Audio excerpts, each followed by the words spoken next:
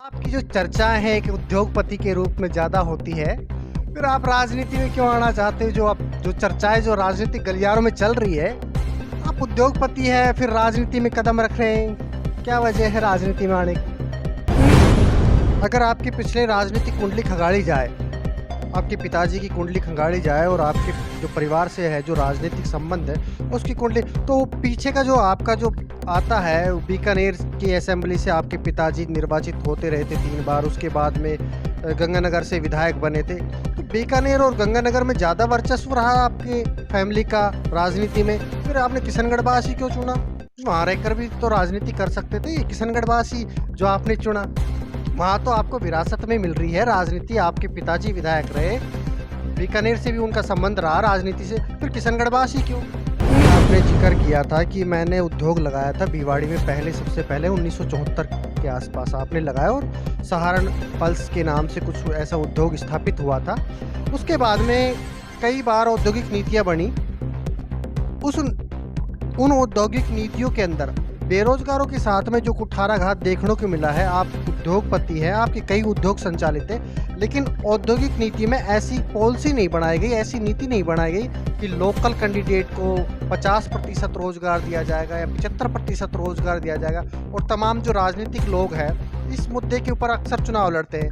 आप तो एक उद्योगपति है, तो आप भी तो कांग्रेस सरकार के अंदर विरासत में रहे हैं, आपके पूर्व भी रहे हैं, लेकिन आपने ऐसी औद्योगिक नीति क्यों नहीं बनवाई या ऐसे बिल को लेकर के क्यों चर्चा नहीं हुई? केंद्र सरकार से, राज्य सरकार से कहकर चौपानगी में एक बहुत बड़ा टेक्निकल ट्रेनिंग सेंटर है। ये समस्या खाली बेरोजगारों की नहीं है, इंडस्ट्री को भी तो रोजगार वाले लोग चाहिए, जो टेक्निकल लोग हैं वो चाहिए। पहले विधानसभा में जब परिसीमन हुआ 2008 के बाद में किशनगढ़ विधानसभा बनाई, उसके बाद से लगातार कांग्रेस पार्टी मात खाती आ रही है। कांग्रेस पार्टी सत्ता में काबिज नहीं हुई। कहीं ना कहीं जनता ये आरोप करती है और ये दिखने में भी आता है कि जिस तरह से गहलोत सरकार ने जिलों की बरसात की और उसमें एक खैरतर जिले को भी शामिल कर लिया गया, जिला बना दिया गया, तो कहीं ना कहीं ये इशारा मिलता है कि अब की बार कांग्रेस पार्टी के लिए सत्ता के द्वार खुल जाएंगे किशनगढ़ विधानसभा से। विधानसभा में यदि दिखने में आता है तो फर्स्ट नंबर के ऊपर दीपचंद खैरिया और सबसे दूसरे नंबर पे जो आता है रामनारायण चौधरी, सबसे करीबी हाथ, यानी कि उसका बायां हाथ माना जाता है किशनगढ़ विधानसभा से गहलोत सरकार में। टिकट को लेकर के कितना आप आश्वस्त हैं कि गहलोत जी आपके ऊपर ही भरोसा जताएंगे? जिस तरह से चर्चा चल रही है और कहीं ना कहीं आप आश्वस्त नजर से आ रहे हो, ऐसा ना कोई धरना प्रदर्शन, ना कोई जनसभा, क्या उसका फायदा मिलेगा? गहलोत जी के सबसे करीबी होने का आपकी बात कितना आश्वस्त है? नारायण जी, एक अंतिम सवाल और पूछ लेते हैं आपसे। आप उद्योगपति हो और आपकी अच्छी पहचान भी है, बड़े तमाम उद्योगपतियों के रूप में आपकी गणना की जाती है। जनता आरोप करती रहती है, यदि कोई एमएलए बनता है उसके ऊपर बहुत आरोप आते हैं, और ख़ास तौर से इंडस्ट्री क्षेत्र में, कि विधायकों के द्वारा कंपनियों से पैसा वसूला जाता है और कंपनियां पर पैकेज देती है विधायकों को। कहां तक इसमें सच्चाई है?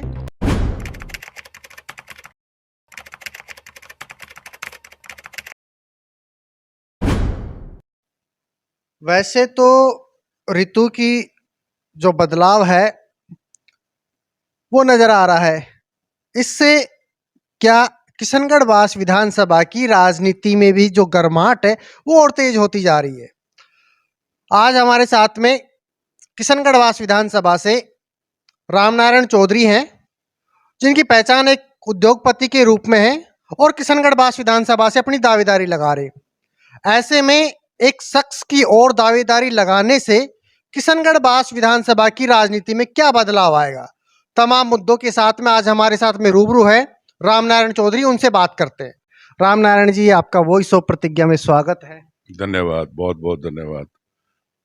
रामनारायण जी, सबसे पहला सवाल आपसे, आपकी जो चर्चा है एक उद्योगपति के रूप में ज्यादा होती है, फिर आप राजनीति में क्यों आना चाहते हो?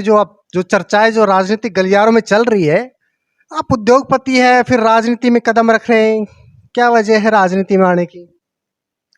देखिए, डेमोक्रेसी में हर व्यक्ति का अधिकार है कि वो राजनीति में हिस्सा ले। और आमतौर पे ये चर्चा होती है कि कुछ, मैं ये तो अपने मुंह से तो नहीं कहना चाहता, लेकिन आमतौर पे लोग ये कहते हैं कोई अनुभवी लोग हैं जिनको प्रशासन के साथ अनुभव है, जिनका डेवलपमेंट के साथ अनुभव है, उसका डायरेक्ट लिंक राजनीति से भी है। तो इसलिए आ, कुछ अब मेरे बच्चों ने मेरा काम संभाल लिया और मैं यहाँ किशनगढ़ विधानसभा में पिछले 7 साल से एक छोटी सी जगह लेके ऑर्गेनिक खेती, ऑर्गेनिक दूध, उसका मेरा शौक है और खेती बाड़ी से हमारा परिवार हमेशा से ही जुड़ा हुआ है। अब बात आती है, क्योंकि जब आप कोई सामाजिक काम करते हो तो बहुत सारे लोगों से जुड़ते हो आप, बहुत सारे, मेरा ग्रामीण बैकग्राउंड है, तो गांव के लोग भी उतने ही मिलते हैं जितना मुझे मौका मिला कि भी इंडस्ट्रियल डेवलपमेंट का जो मौका मिला, वो इंडस्ट्रियल पॉलिसीज गवर्नमेंट को सजेस्ट करना कि ये पॉलिसी से ये डेवलपमेंट होगा, ये तभी हुआ है कि मैं जब एक नौजवान था और मैंने ये डिसाइड किया कि मुझे राजनीति में नहीं जाना और मुझे उद्योग लगाना है। तो मैं ढूंढते ढूंढते बहुत प्रयास के बाद में मुझे ये जगह भिवाड़ी जो है ये बताई गई, तो मैंने इसका सर्वे किया और मैंने जाके गवर्नमेंट से कहा कि मैं वहाँ उद्योग लगाने के लिए तैयार। तो धीरे धीरे जब इसका विकास हुआ तो बहुत सारे लोग संपर्क में आए, ब्यूरोक्रेट्स भी, पॉलिटिशियन भी और आम जनता से भी, आसपास के गांव में सब लोगों से मेरा आना जाना। ये भी एक एचआर का हिस्सा है।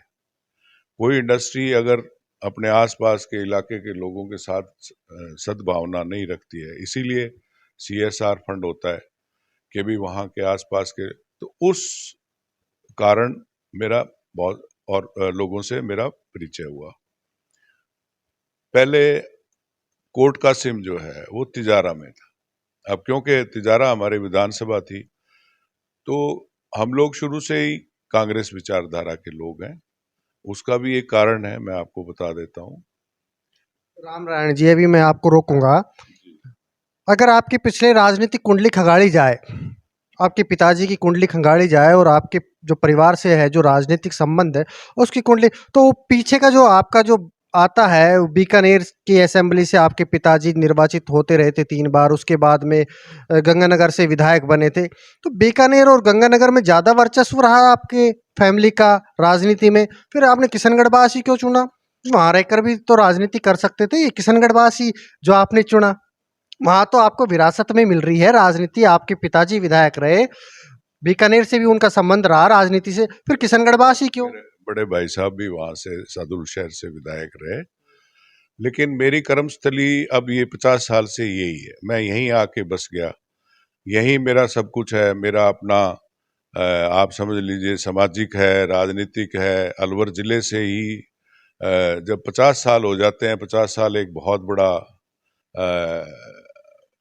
समय होता है, तो अब वो अब तो यहीं के हो गए हम, तो इसलिए जो कुछ करेंगे यहीं करेंगे। अगर राजनीति करने का मौका मिला, कोई हमें चुनाव लड़ने का मौका मिला तो यहीं से लड़ेंगे, और अगर सेवा करने का मौका मिला तो सेवा भी यहीं करते आ रहे हैं और करेंगे। मैंने हजारों बच्चों को नौकरी दिलवाने का काम किया है। राम नारायण जी, अभी आपने जिक्र किया था कि मैंने उद्योग लगाया था भिवाड़ी में, पहले सबसे पहले 1974 के आसपास आपने लगाया, और सहारण पल्स के नाम से कुछ ऐसा उद्योग स्थापित हुआ था। उसके बाद में कई बार औद्योगिक नीतियां बनी। उस उन औद्योगिक नीतियों के अंदर बेरोजगारों के साथ में जो कुठाराघात देखने को मिला है, आप उद्योगपति हैं, आपके कई उद्योग संचालित है, लेकिन औद्योगिक नीति में ऐसी पॉलिसी नहीं बनाई गई, ऐसी नीति नहीं बनाई गई कि लोकल कैंडिडेट को 50% रोजगार दिया जाएगा या 75% रोजगार दिया जाएगा। और तमाम जो राजनीतिक लोग हैं इस मुद्दे के ऊपर अक्सर चुनाव लड़ते हैं। आप तो एक उद्योगपति है, तो आप भी तो कांग्रेस सरकार के अंदर विरासत में रहे हैं, आपके पूर्व भी रहे हैं, लेकिन आपने ऐसी औद्योगिक नीति क्यों नहीं बनवाई, या ऐसे बिल को लेकर के क्यों चर्चा नहीं हुई? देखिए, अ, कई चीजें गहराई से सोचने की बात है। कोई बिल लाने से या ये करने से नहीं होता है। अब ये सवाल शुरू से ही वहाँ के लोकल गांव के लोग हमारे पास आते थे। कोई भी उद्योग मंत्री आए, मुख्यमंत्री भी आते थे, चीफ सेक्रेटरी भी आते, तो ये सवाल उठता था। अब सवाल ये है कि हमें प्रशिक्षित लोग चाहिए, और आज करके तो खास करके आजकल जो है हाई टेक्नोलॉजी की इंडस्ट्रीज है, और उसके लिए मैं आपके सवाल को थोड़ा सा और आगे बढ़ाता हूं। उसके लिए हमने केंद्र सरकार से, राज्य सरकार से कह के चौपानकी में एक बहुत बड़ा टेक्निकल ट्रेनिंग सेंटर खुलवाया है।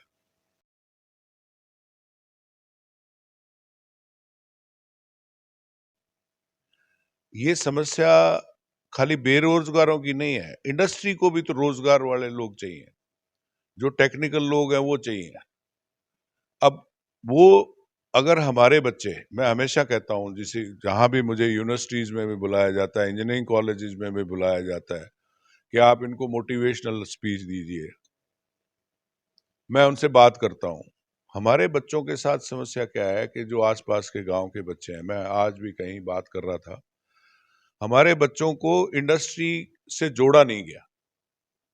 मैं हमेशा कहता हूं, जितने भी कोई स्कूल कॉलेज में जाता हूं, कि भी आप 50 के बैच में 50-50 बच्चे एक इंडस्ट्री झेल सकती है। मतलब वो उनको कंट्रोल कर सकती है, ताकि वो कोई एक्सीडेंट ना कर लें, कोई कहीं हाथ ना दे दें। उन बच्चों को आप इंडस्ट्री में लेके आइए, और उन बच्चों को आप ये दिखाइए कि इंडस्ट्री की कल्चर क्या है, इंडस्ट्री कैसे चलती है। अब बहुत बार हमने लोकल लोगों को लगाया, उसमें से 30-40% लोग अभी काम कर रहे हैं, वो हमें दिख नहीं रहे। लेकिन जो काम कामयाब नहीं होते, उसका कारण ये है कि भी, मैं एक उदाहरण देता हूं कि घर में शादी है, 2 दिन का काम है, बच्चे 10 दिन नहीं जाते। तो आप ये मान के चलिए कि बच्चों को और पेरेंट्स को ये समझना पड़ेगा कि 8 दिन वो, उनकी जगह खाली नहीं रह सकती। इंडस्ट्री में इतना कंपटीशन है। पहले हम जब इंडस्ट्री में नहीं थे, बचपन में सुनते थे कि भी इंडस्ट्री पता नहीं क्या है। जब हम आए हैं, जब हमें पता है कि भी इंडस्ट्री जो है वो 24 घंटे, उसके बहुत सारे खर्चों के मीटर चलते हैं। और आजकल जब से ये जापानीज कल्चर आई है, तो आपको टाइमली सप्लाई और क्वालिटी सप्लाई। तो रामनारायण जी ये माने कि जो औद्योगिक नीति है या जो जो उद्योगों की जो पॉलिसी है, उसमें ऐसा एक्ट नहीं बन सकता कि जो लोकल कैंडिडेट है, जो क्षेत्रीय बच्चे हैं, जो रोज बेरोजगार है, उसमें 75% या 50% इन्वॉल्व नहीं कर सकते। नहीं, एक्ट बन सकता है। देखिए, मैं करीब 30 देशों में घूम के आया हूँ, और मैं इंडस्ट्रियल एसोसिएशन को शुरू से रिप्रेजेंट करता हूँ, और मुझे मौका मिला है बड़े से बड़ी कंट्री में जाने का, उनकी वर्क कल्चर को समझने का, उनके जो इंजीनियरिंग कॉलेजेस हैं, उनको एक इंडस्ट्री के साथ जोड़ा जाता है। ये सुझाव हम देते हैं कि भी आप इंडस्ट्री के साथ, कोई आईटीआई है, अभी ये जो टेक्निकल सेंटर है, इसमें बच्चा जो ट्रेंड हो जाएगा, उसको नौकरी की कोई दिक्कत नहीं है। वो, और वो खास करके है ही लोकल बच्चों के लिए। रामनारायण जी, पहले विधानसभा में जब परिसीमन हुआ 2008 के बाद में, किशनगढ़ बास विधानसभा बनाई, उसके बाद से लगातार कांग्रेस पार्टी मात खाती आ रही है। कांग्रेस पार्टी सत्ता में काबिज नहीं हुई। कहीं ना कहीं जनता ये आरोप करती है, और ये दिखने में भी आता है कि जिस तरह से गहलोत सरकार ने जिलों की बरसात की और उसमें एक खैरतल जिले को भी शामिल कर लिया गया, जिला बना दिया गया, तो कहीं ना कहीं ये इशारा मिलता है कि अब की बार कांग्रेस पार्टी के लिए सत्ता के द्वार खुल जाएंगे किशनगढ़ बास विधानसभा से। देखिए, अगर आप कंपेयर करें बाकी स्टेट्स के साथ, मेरा बहुत ब्रॉड विजन रहता है, और अगर जो स्कीम्स अब जनहित में चल रही हैं, उसको फॉलो कर रहे हैं लोग बाग, दूसरी स्टेट्स फॉलो कर रही हैं।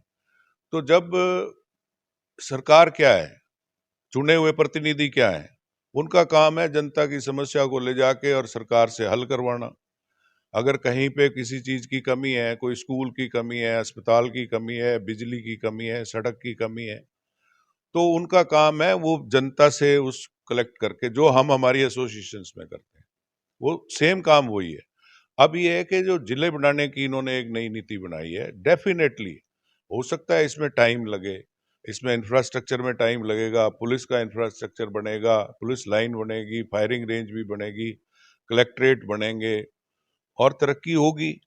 और प्रशासन जितना, आप ये देखिए हमारा देश बहुत बड़ा है और प्रदेश भी बहुत बड़ा है, तो हमारे प्रदेश में जितना प्रशासन आम आखिरी लाइन के आदमी तक जब तक नहीं पहुंचेगा, बड़े जिलों में बहुत मुश्किल होता है, एक कलेक्टर बैठते हैं, एक एसपी बैठते हैं, क्राइम कंट्रोल करना बहुत मुश्किल होता है। तो इन चीजों का रिजल्ट आएगा और मेरे ख्याल में जितने लोगों से मैं मिला हूं, सबका ये मानना है कि भी ये जिले बनने से यहाँ की तरक्की होगी। अभी मैं एक चीज और आपको बताना चाहता हूँ, हमारे यहाँ एक सीएसआर फंड होता है, जो 100 करोड़ से ऊपर की कंपनीज हैं, उनके प्रॉफिट का 2% उनको सीएसआर कॉरपोरेट फंड होता है। वो फंड अभी तक भिवाड़ी के आसपास लगाया। उसका रीजन है, वो क्यों रखा गया कि जैसे एक फैक्ट्री में 1000 आदमी काम करते हैं, उसके आसपास के गांव के लोगों की जमीन एक्वायर हुई, उनको रोजगार मिला नहीं मिला, रोजगार बहुत मिला है। लोगों ने अपने जो जमीनें बची थी उनमें 100 कमरे बना के, और जो मजदूर बाहर से आए, आज 5 लाख की आबादी है भिवाड़ी की, 5000 इंडस्ट्रीज काम कर रही हैं और कम से कम 2000 करोड़ का रेवेन्यू है। आपको क्या किशनगढ़ बास की सबसे बड़ी समस्या नजर आई, जो तमाम राजनीतिक लोग हैं वो जो नहीं कर पाए, और यदि पार्टी भरोसा जताती है रामनारायण चौधरी के ऊपर, और रामनारायण चौधरी उन मुद्दों को जनता के बीच जाकर के और उनको सुलझाने का प्रयास करेंगे, और जिससे जनता लाभान्वित होगी? सॉरी, देखिए जितने भी गांव में मेरी चर्चा हुई है, मैं 2013 में भी मुझे लोगों ने कहा कि आप आओ यहाँ से, आप इलेक्शन लड़ो। मैं तभी से सभी लोगों से टच में हूँ, लगभग मेरे 3,500-4,000 लोग जो वर्कर हैं वो मेरे टच में हैं। सबसे बड़ी समस्या क्या है कि जैसे गांव में स्कूल छोटी जगह में है और सड़कें बनने की बजाय वो स्कूल नीचे चला गया, बरसात का आती है सारा पानी उसमें भर जाता है। तो मैंने उन लोगों से चर्चा की, मैं जैसे एक गांव का ही उदाहरण देता हूँ, नीमलाका में बात हुई मेरी कल। तो अब वो, उनके पास जगह भी नहीं है, हॉस्पिटल की जगह नहीं है।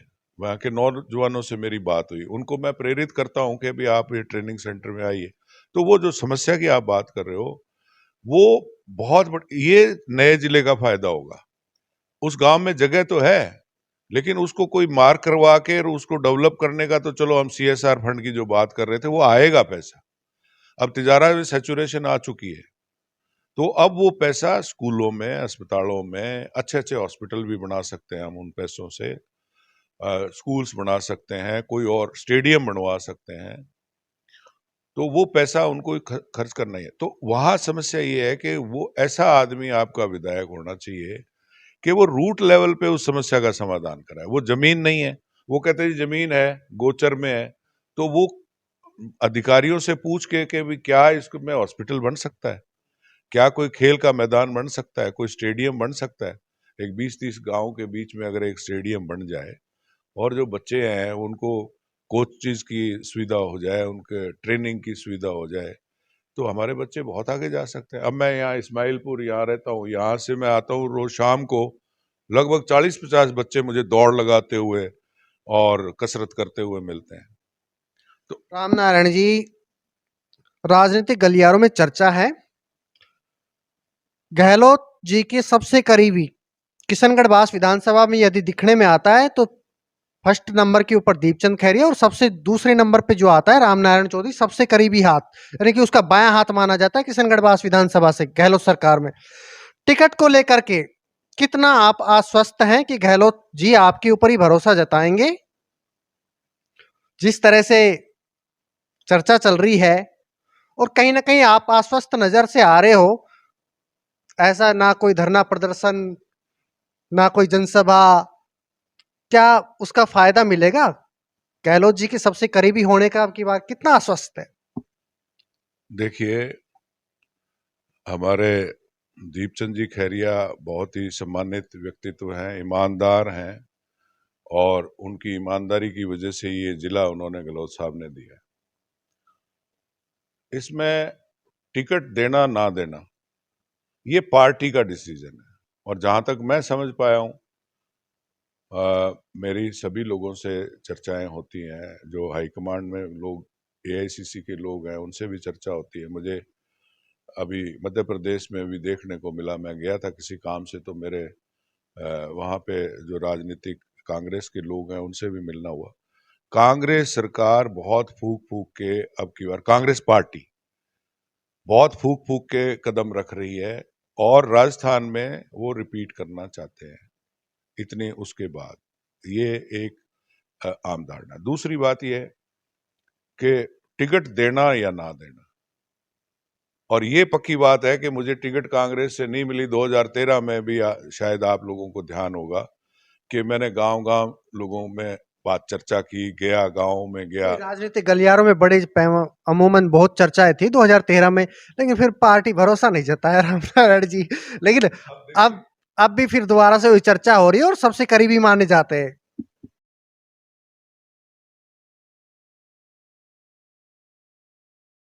पार्टी सबको तो टिकट नहीं दे सकती। अब यहां से कितने लोग कांग्रेस की टिकट मांग रहे हैं? अगर सबको टिकट दे सकती तो पार्टी शायद दे देती। लेकिन जो असली कार्यकर्ता है उसका फर्ज यह है कि जिसको भी टिकट मिले वो उसका। मुझे भी कहा गया 2013 में कि भी आप बसपा से या निर्दलीय चुनाव लड़ लीजिए। मैंने कहा जी, मैं सब लोगों को मैंने बुलाया मेरे दफ्तर में वहाँ, और सबसे बैठ के चर्चा हुई। सब लोगों ने कहा कि जो आप फैसला करोगे हमें मंजूर है। मैंने कहा भी मेरा फैसला ये है कि मैं पार्टी के अलावा चुनाव नहीं लड़ूं, और ये भी अब की बार है। कोई बात नहीं है, अगर क्या अगर एमएलए नहीं बनेंगे तो क्या हम जनता का काम नहीं करवा पाएंगे? नहीं, काम तो कराते हो आप, जिस तरह से आपके संबंध है और आपको सीधा जिस तरह से सरकार में एक भागीदारी सी रहती है आपकी, तमाम जो भी आपके चलते हैं सरकार की भागीदारी के अंदर, चर्चा तो चलती है। तो रामनारायण जी, अंतिम सवाल एक आपसे पूछ लेंगे। आप जो बीसीसीआई के अध्यक्ष रहे थे, कब बने थे और उसको लेकर के क्या है ये बीसीसीआई का मामला? लगातार आप उसमें रहे और फिर उसका कहाँ बेनिफिट हुआ? देखिए, इंडस्ट्रियल एसोसिएशन का मतलब ये है कि आप अपने जो इंडस्ट्रीज हैं, देखिए आज आप विधायक बनाने की बात कर रहे हो। विधायक बनेंगे तो हम लोग सरकार के पास वही चीजें लेके जाएंगे जो यहाँ की समस्याओं का समाधान।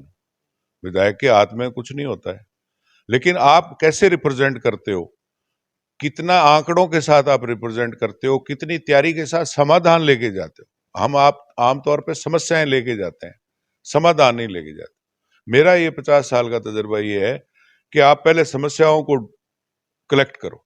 सब मेंबर से हम समस्याओं को कलेक्ट करते हैं कि जी बिजली का कट है, तारें ठीक करनी है, सप्लाई ठीक करनी है। अभी तो बहुत बड़े मुसीबत है कि ग्रेप ने अब जो है अक्टूबर के महीने में जैसे ही दिल्ली में प्रदूषण बढ़ेगा तो वो इंडस्ट्रीज को नोटिस दे के, अभी हमारे साथ एक समस्या और है कि उधर से तो कहते हैं कि आप गैस से अपना जनरेटर चलाइए, गैस से इंडस्ट्री चलाइए, और जो गैस है वो अवेलेबल ही नहीं है। और लेकिन वो केंद्र सरकार की जो ग्रेप है वो ये मानने के लिए तैयार नहीं है। तो जो भी आप किसी चीज को रिप्रेजेंट करते हो, मैं फिर आपकी बात पे आता हूँ, जब आप इंडस्ट्रियल एसोसिएशन को हमने रिप्रेजेंट किया 50 साल में, तो कोई मुख्यमंत्री रहे हो, भिवाड़ी का पोटेंशियल देखते हुए उन्होंने हमारी बात को। दूसरा, आप कितने ईमानदारी से बात करते हो। अगर आप लालच में आके बात करते हो कि मेरा ये काम हो जाए मुख्यमंत्री जी से या चीफ सेक्रेटरी से, तो काम हमारे होते हैं, लेकिन वो जो जायज काम है वो वैसे ही हो जाते हैं। तो इसलिए आप किसी चीज को, संस्था को जब रिप्रेजेंट करते हो, शायद लोगों ने ये पसंद किया कि भी इसका रिप्रेजेंटेशन और उसका ही ये नतीजा है कि आज एक इंडस्ट्री से 5,000 इंडस्ट्री हो गई। कोई लेबर यूनियन नहीं है, कोई ट्रक यूनियन नहीं है। बाकी ये जो समस्याएं हैं पानी की, ये सब हम मिलजुल के अब कोशिश कर रहे हैं प्रशासन के साथ। राम नारायण जी, एक अंतिम सवाल और पूछ लेते हैं आपसे। आप उद्योगपति हो और आपकी अच्छी पहचान भी है, बड़े तमाम उद्योगपतियों के रूप में आपकी गणना की जाती है। जनता आरोप करती रहती है, यदि कोई एमएलए बनता है उसके ऊपर बहुत आरोप आते हैं, और खास तौर से इंडस्ट्री क्षेत्र में, कि विधायकों के द्वारा कंपनियों से पैसा वसूला जाता है और कंपनियां पर पैकेज देती है विधायकों को। कहां तक इसमें सच्चाई है, क्या है ये, इसको लेकर कहां तक इसमें सच्चाई, आप ये बताएं। पहली बात तो ये है कि ना तो मैंने आज तक कोई रिश्वत ली, ना मैंने किसी की दलाली की। अब मुझे ये नहीं पता अभी कहां से कोई पैसा लेता है और कौन पैसा देता है, पहली बात ये। हाँ, सबसे बड़ा धर्म ये है, मैं मेरी बात कर सकता हूँ जी, मैं अब सब लोगों के बारे में ना तो आरोप लगाना चाहता, ना मैं ये कहता। मैं मेरी बात ये करता हूँ कि भी अब मैं इस उम्र में, जब भगवान ने मुझे दाल रोटी जितनी मेरी औकात है उससे ज्यादा दी है, बहुत मेहरबानी है परमात्मा की।